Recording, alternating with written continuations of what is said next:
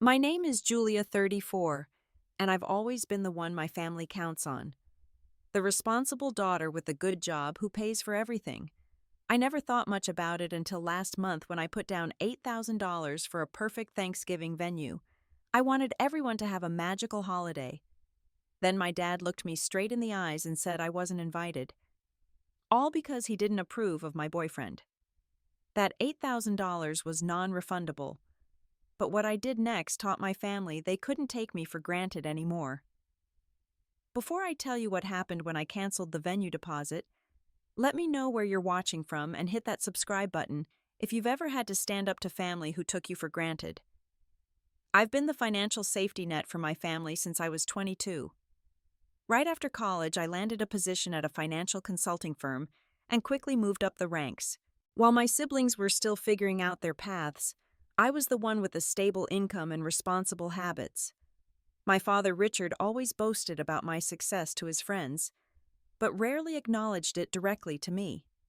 My mother Diane was sweet but passive, always deferring to my father's decisions. My sister Amanda, 2 years younger, bounced between jobs and relationships, while my brother Scott, the baby of the family at 28, was still trying to launch his music career.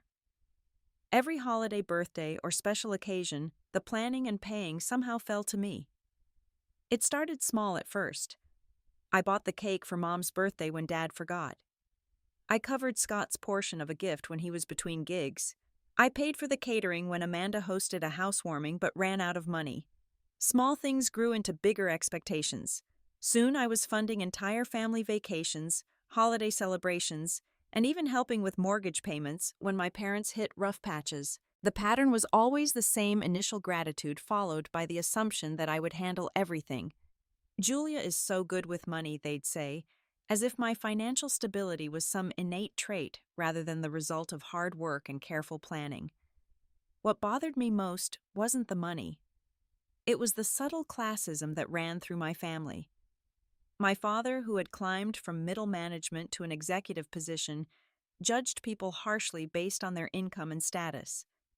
My mother, who came from a wealthy family, reinforced these values in quieter ways. They taught us that worth was tied to wealth, and I had absorbed that lesson too well for too long. I never pushed back much until I met Michael last spring. He was unlike anyone I'd dated before. A public school English teacher with a passion for education, he made far less money than my previous boyfriends, but he had something they lacked: genuine kindness and integrity. The first time I mentioned him to my family, my father immediately asked what he did for a living. When I told him, I watched his expression shift from interest to dismissal in seconds. "A teacher? Well, that's noble, I suppose," he said, exchanging a look with my mother that spoke volumes. Despite their lukewarm response, my relationship with Michael flourished. For the first time, I was with someone who valued me for myself, not my checkbook or connections. He supported my career without competition and showed genuine interest in my thoughts and feelings. As Thanksgiving approached, I hoped it would be the perfect opportunity for Michael to fully meet my family. A neutral, joyous occasion where everyone could see what I saw in him. I had no idea how wrong I was. In early October, I found this beautiful historic lodge available for Thanksgiving. It featured rustic wooden beams, massive stone fireplaces, panoramic views of the lake, and enough space to accommodate our extended family comfortably. The venue was usually booked years in advance for holidays, but they had a last-minute cancellation. The catch was the price tag, and the fact that they required a non-refundable deposit of $8,000 to secure the date. Without hesitating, I transferred the money. I'd spent similar amounts on family events before, though never quite this much at once. When I shared pictures of the lodge in our family group chat, everyone seemed thrilled. My mother gushed about the gorgeous kitchen facilities. Amanda immediately started planning Instagram photos by the lake. Scott was excited about the acoustic properties of the main hall, hinting he might perform. Even my father seemed impressed. "This is quite the find, Julia. How much did it set you back?" he asked during our next family dinner. When I told him the total cost and mentioned I'd already paid the deposit, he nodded approvingly. "Always the provider, aren't you? We're lucky to have you." The compliment should have felt good, but something about his tone left me feeling hollow. It was as if my primary value to the family was financial. In the weeks that followed, I threw myself into planning the perfect Thanksgiving. I researched catering companies that could prepare a traditional meal with gourmet touches. I ordered custom decorations that would complement the lodge's rustic aesthetic. I created a shared document with driving directions, accommodation options for out-of-town relatives, and a detailed schedule. Every time I shared an update, the family responded with enthusiasm. But nobody offered to help with planning or expenses. It was just expected that I would handle everything as usual. The first sign of trouble came when I mentioned that Michael was helping me select wines for dinner. My father immediately questioned his knowledge. "Does he know anything about wine? We have certain standards, Julia." I defended Michael, explaining that he'd developed quite a palate despite not being wealthy. Not everyone expresses their refinement through spending, Dad. He changed the subject, but I noticed more frequent comments about Michael as Thanksgiving approached. Little digs about his career, questions about his family background, concerns about whether he would fit in with our relatives.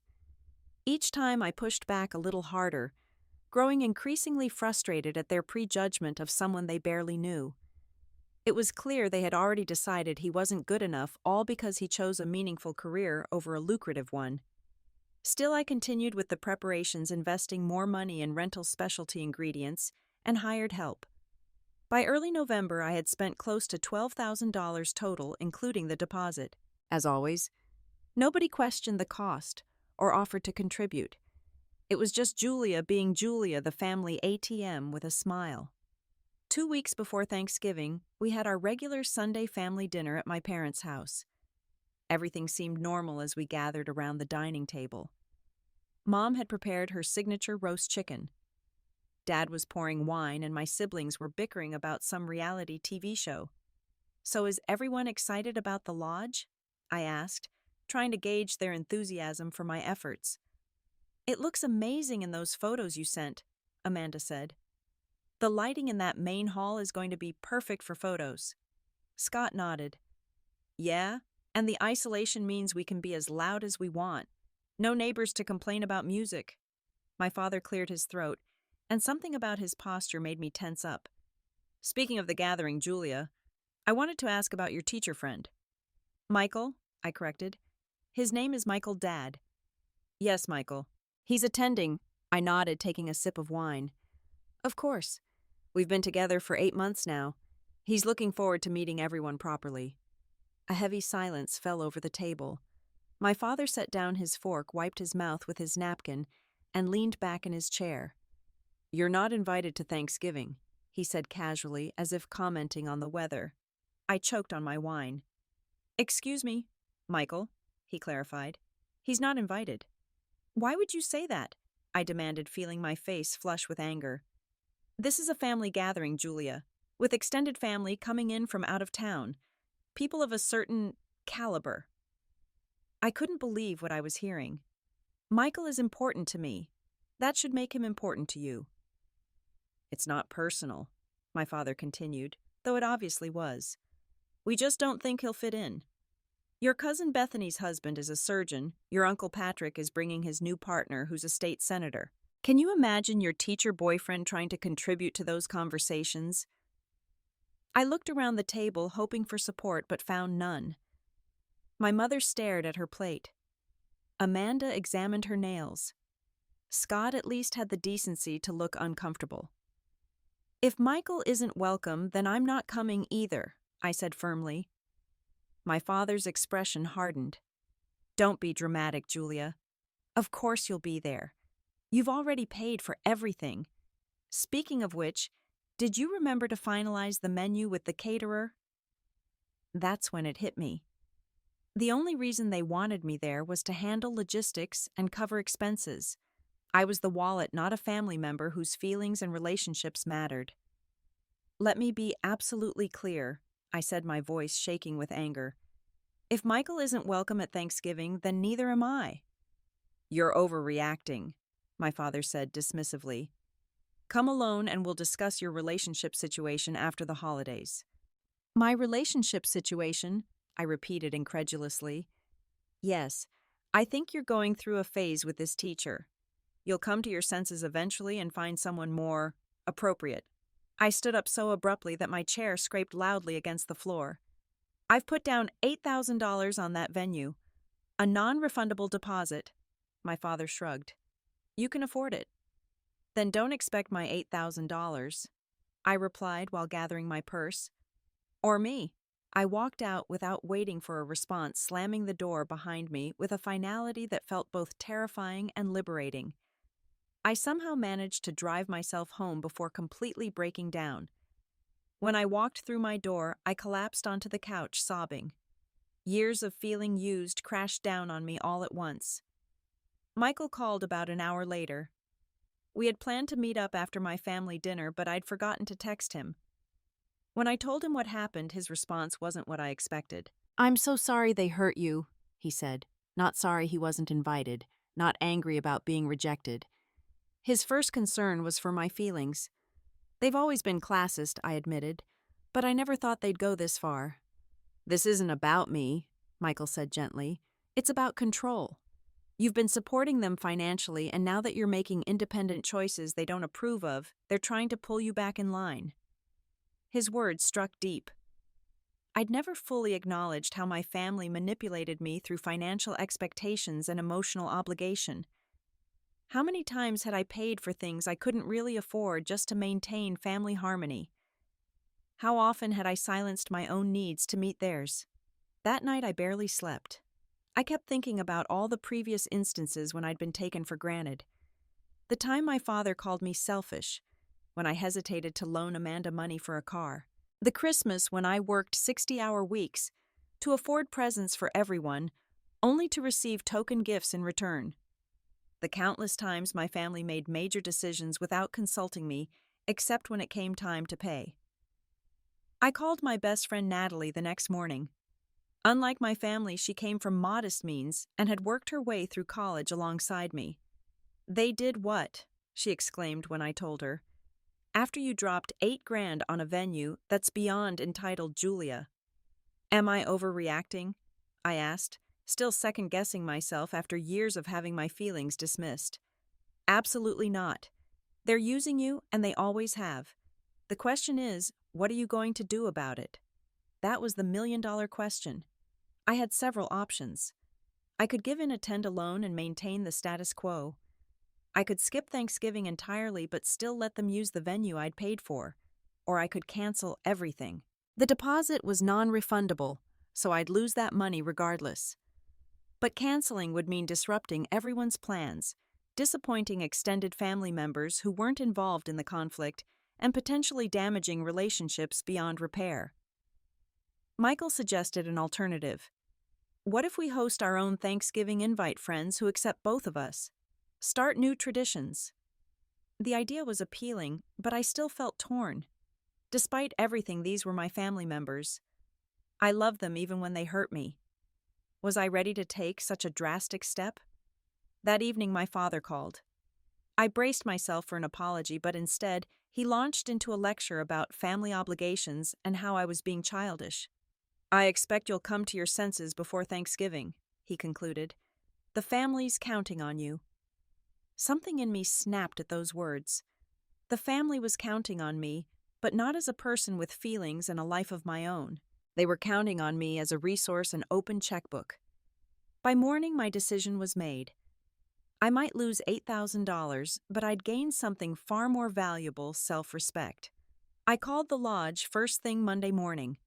The manager was sympathetic but firm about their policy.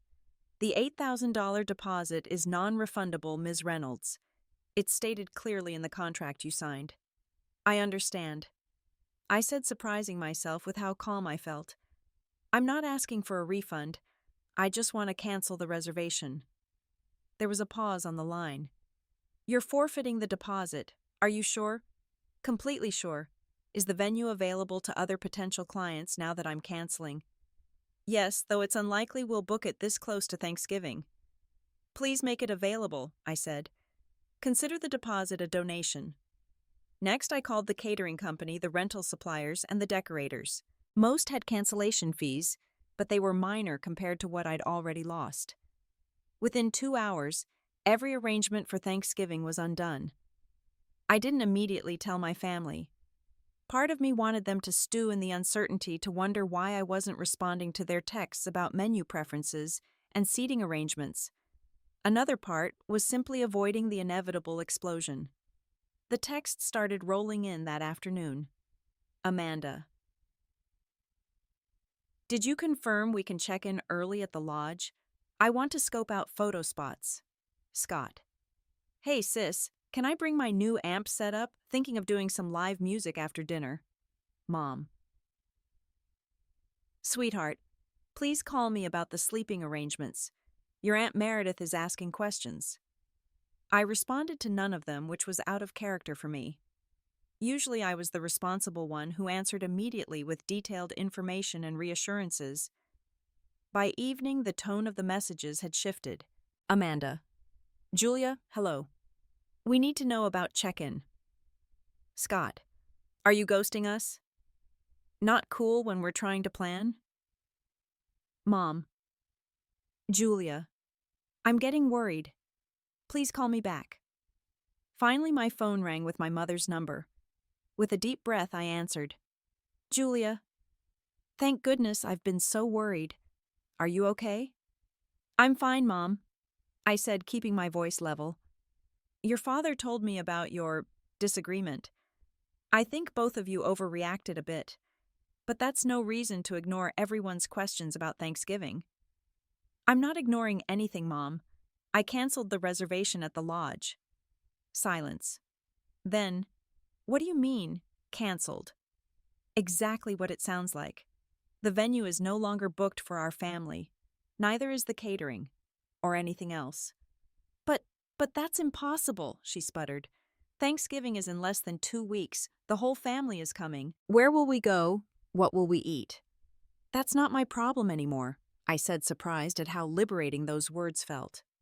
Dad made it clear that my feelings and relationships don't matter to this family, so I'm stepping back. You can't just cancel family Thanksgiving because your father hurt your feelings. Think of everyone else. Did anyone think of me? Did anyone stand up for me when Dad basically called my boyfriend trash? He never said that. He didn't have to. The meaning was clear.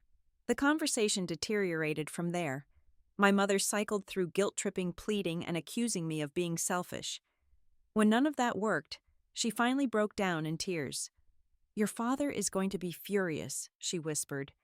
I know, I replied. But maybe it's time he experienced the consequences of his words.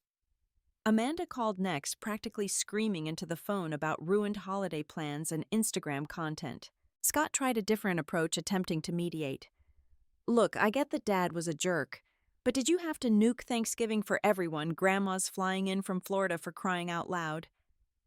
I'm sure Dad can figure something out, I said. He's very resourceful when he wants to be. The call I was dreading came that night. My father's name flashed on my screen, and I nearly let it go to voicemail. But I needed to face this directly. Julia Reynolds, I answered formally. What have you done? His voice was cold with fury. Exactly what I said I would do. You uninvited me and Michael from Thanksgiving, so I canceled the arrangements I made and paid for. Do you have any idea how childish and vindictive that is? You've embarrassed this family. Your cousin Bethany already booked her flights. Your grandparents were looking forward to seeing the lodge. I'm sorry they're disappointed, I said, and I genuinely was. But I'm not responsible for managing everyone's expectations anymore.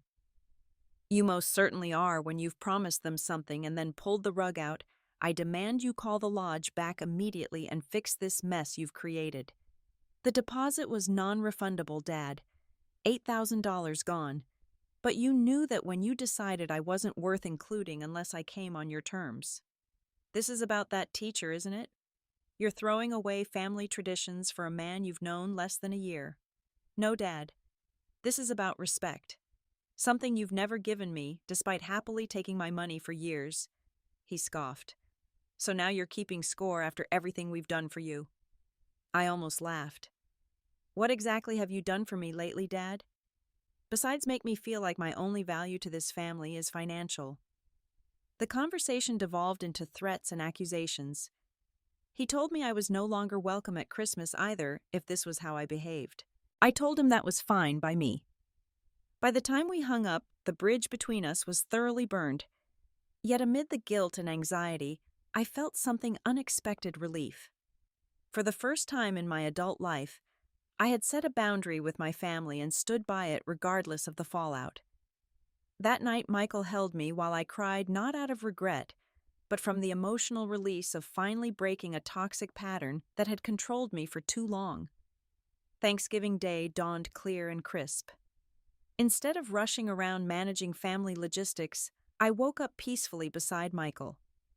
We had accepted an invitation from his colleague Sarah, who was hosting a Friendsgiving potluck. I made my grandmother's sweet potato casserole, the one recipe from my family that I truly cherished. Michael baked an apple pie. As we prepared our dishes side by side in my kitchen, I was struck by how comfortable and right it felt. Sarah's apartment was a modest but warm, filled with people from various backgrounds. Teachers, social workers, artists, retail managers. None of them had expensive clothes or prestigious careers, but they welcomed me immediately with genuine warmth. "Michael's told us so much about you," Sarah said, hugging me. "We're so glad you could join our little tradition this year." Throughout the meal, no one asked about my income or job title. Instead, they wanted to know my thoughts on books, travel experiences, and social issues. When I mentioned I worked in finance, there was interest, but no sudden elevation of my status. I was valued for my contributions to the conversation, not my bank account.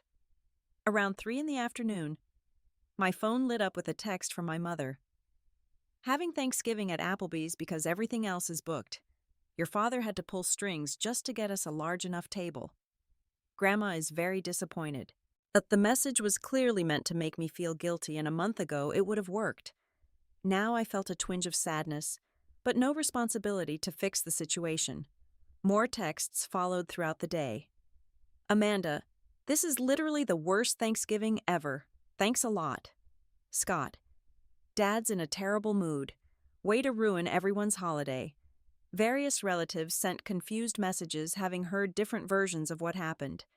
According to my cousin Bethany, my father had told everyone I had a mental breakdown and canceled everything without warning. The most surprising message came from my Aunt Patricia, my father's sister. "Julia, I heard what Richard did. Don't let him bully you. It was brave to stand your ground. Call me sometime. I've got my own stories." That small validation from a family member meant more than I could express. Maybe not everyone in my family shared my father's values after all. Throughout the day, I found myself comparing the warm, relaxed gathering I was experiencing with the tense, status-conscious Thanksgivings of my past. Here, people helped with dishes without being asked. They complimented each dish with genuine appreciation. They laughed easily and listened to each other. Michael stayed close, occasionally squeezing my hand when he sensed I was thinking about my family. His support never felt smothering or conditional. It was simply there, constant and true. By the end of the night, as we said goodbye to our new friends, I realized I hadn't just survived Thanksgiving without my family. I had actually enjoyed it more than any holiday in recent memory. The freedom from expectations and performance was intoxicating. "Thank you," I whispered to Michael as we drove home. "For what?" "For showing me what it feels like to be valued for who I am, not what I can provide." He smiled. "That's how it should always be." The weeks after Thanksgiving were quiet. My family's initial fury gave way to an uneasy silence. I didn't reach out, and neither did they, at least not immediately. I used the time to reflect on what I wanted our relationship to be moving forward. Could there be reconciliation? Should there be... Just before Christmas, my mother called. Her voice was hesitant, lacking its usual confidence. "Julia, I've been thinking a lot about what happened." I waited, not making it easier for her. "I should have said something when your father uninvited Michael. And you. That wasn't right." It wasn't a full apology, but it was a start. "No, it wasn't," I agreed. "We've always relied on you so much," she continued. Maybe too much. I never realized how it must have felt for you. We talked for nearly an hour. For the first time, I was completely honest about how their treatment had affected me, how I felt valued only for my financial contributions, how their judgment of Michael had shown me their conditional love. My mother listened. Really listened, maybe for the first time. She didn't defend or excuse, just acknowledged my feelings. By the end of the call, we had tentatively agreed to meet for coffee after the holidays. Setting boundaries with my father was harder. When he finally called in January, his version of an apology was, "I may have spoken too harshly about your boyfriend." "His name is Michael," I corrected. "And yes, you did. But the larger issue is how you and the family have treated me for years." "What are you talking about? We've always been proud of you." "Proud of what I could provide, Dad, not who I am." We went back and forth, his defensiveness gradually weakening as I remained firm in my position. Finally, he sighed heavily. "I don't understand this new attitude of yours, but I don't want to lose my daughter over it." "What do you want from me?" "Respect," I said simply. "For me, for my choices for Michael. And an understanding that I won't be the family bank anymore. If I contribute to something, it will be because I want to, not because it's expected." He didn't like it, but he agreed to try. It was a small step, but an important one. With my siblings, the path to reconciliation varied. Amanda remained distant, still resentful of the Thanksgiving disaster. Scott, more adaptable by nature, made efforts to get to know Michael and even invited us both to one of his performances. As for extended family, the story of what really happened eventually circulated, countering my father's version. Some relatives reached out in support, while others maintained a polite distance, unsure which side to take. The most significant change, though, was within me. I no longer measured my worth by my family's approval or by what I could provide materially. I learned to say no without guilt and yes without obligation. I discovered that love shouldn't require erasing yourself or abandoning those you care about. Michael and I are still together, stronger for having weathered the storm. My family and I are slowly rebuilding our relationship on more equal footing. Some holiday gatherings are still tense, but others show glimmers of genuine connection. This Christmas, I offered to bring dessert to my parents' house. Just dessert, not the entire meal, not the presents for everyone, not the decorations. My father looked surprised when I arrived with just 2 pies and nothing else. But he said nothing when Michael walked in beside me carrying a bottle of wine. It wasn't perfect. There were awkward moments and old patterns threatening to resurface. But when my father raised his glass for a toast and included Michael by name, I knew that my $8,000 lesson had finally begun to sink in. Sometimes the most valuable thing we can do for the people we love is to show them who we really are and what we truly need, even when it costs us, even when it hurts. Because real family sees you, values you, and respects you for yourself, not for what you can give them. Have you ever had to stand up to family who took you for granted? What boundaries did you set, and how did it change your relationships? Share your experiences in the comments below. If this story resonated with you, please hit the like button and subscribe to hear more real-life lessons. Thank you for listening to my journey, and remember, your worth is never measured by what you provide to others, only by the love you give and receive freely.